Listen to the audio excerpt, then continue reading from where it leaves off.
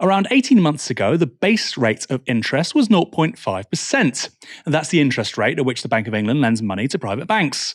A low base rate from the BOE means low interest rates are offered by banks to the consumer.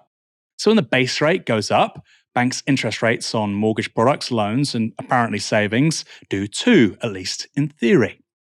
The base rate is now at 5%, and it's widely understood this could rise to as high as 7% by early next year. So, as a result, mortgage rates have now reached a 15-year high. Yep, they're now even higher than after the Kwasi mini-budget during the short-lived premiership of Liz Truss. The Times writes this: the average 2-year fixed mortgage rose to 6.66% today, exceeding the 6.65% they hit on October 20th, according to Moneyfacts, a financial data analyst.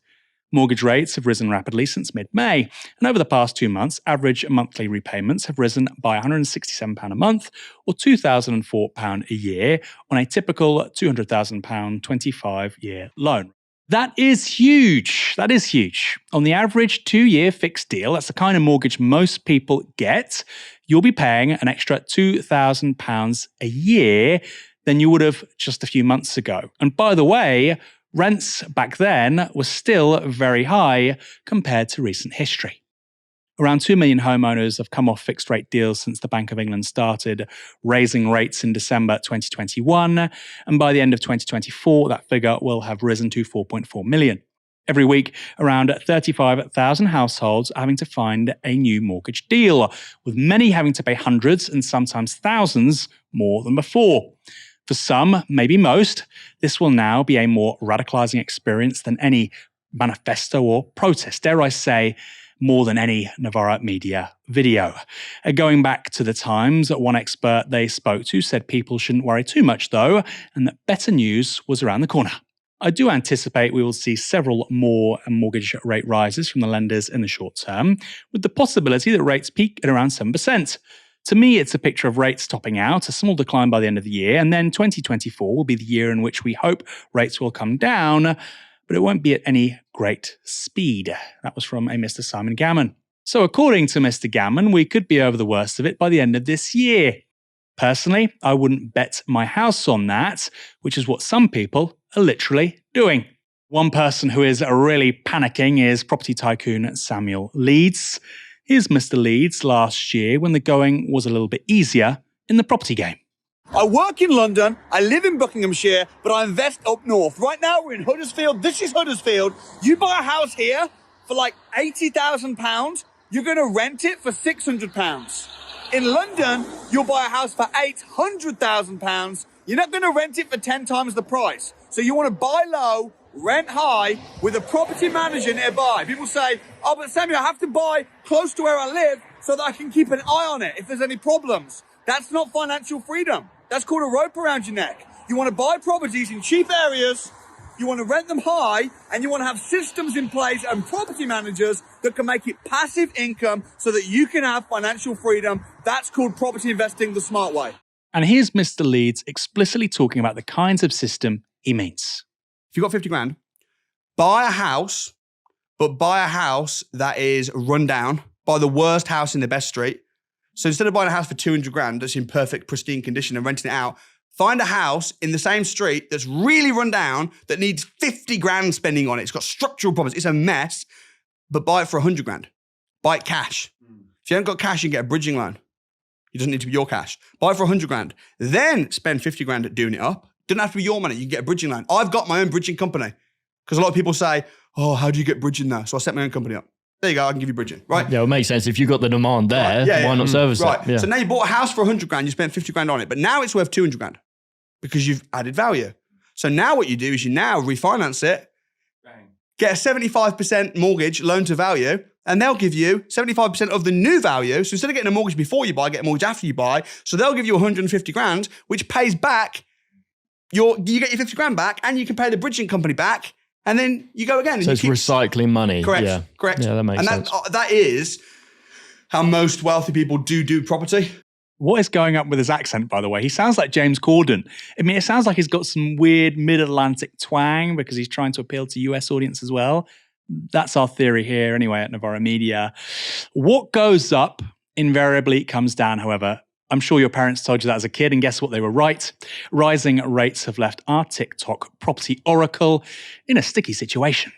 The Bank of England are absolutely destroying and killing the property market right now. The housing market is on its knees. Property investment is very tough right now. And if you're anything like me and you got a lot of houses, there's some of my properties that were making me nice money. I was making a couple £100 a month. Now I'm losing money on. And it's the Bank of England's fault.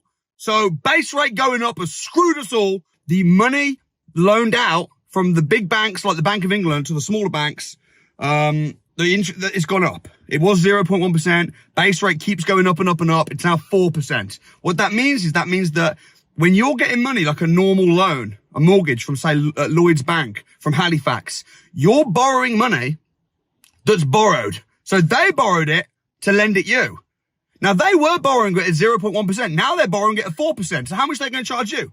5%, 6%, 7%. We had properties, didn't we, Amanda? How much? We were paying like, what, £300-400 a month now? What we're paying? 600. 600. And what's the rent? 500. Right. So we were paying 300 on the interest because base rate was low, interest rates were low. Now we're paying 600. The rent's only 500. What does that mean? That means that the property sucks now. Now it's not an asset, it's a liability. Sorry, it's gone a little bit dark now. It's doom and gloom message. I think that's why. So what's happening now is people can't afford to buy houses. And the reason they can't afford to buy houses is because the interest rate's going to be so high, the rent's not going to cover the mortgage payments. It's a funny old world, isn't it? This guy was walking around, swanning around like a new age alchemist, creating money from seemingly nothing. And he thought he'd found a secret sauce, but it was all only possible because of historically cheap interest rates. He's saying he's got lots of houses. Well, as interest rates go up, he's actually got lots of debt. James, are we looking at the demise of the TikTok landlord? Quite possible. Sorry, I was just chuckling at the little detail of him having to open his car door to get the light to come back on again. But I think in his case, look, this is kind of serious what's going on here.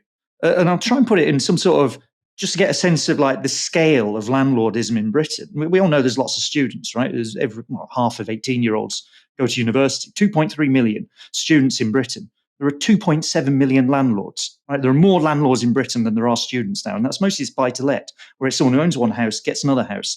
And as he was just describing, the margins on that can be really, really tight. The slightest move in interest rates and suddenly people are squeezed. And they go from having this nice asset that seems to give them money forever with no real effort, financial freedom, as he calls it, right? To suddenly you're losing money and you're really stuffed. And what should concern us is what happens to politics. What happens to the politics of these people when the world looks like that? Because he's going, it's the Bank of England's fault.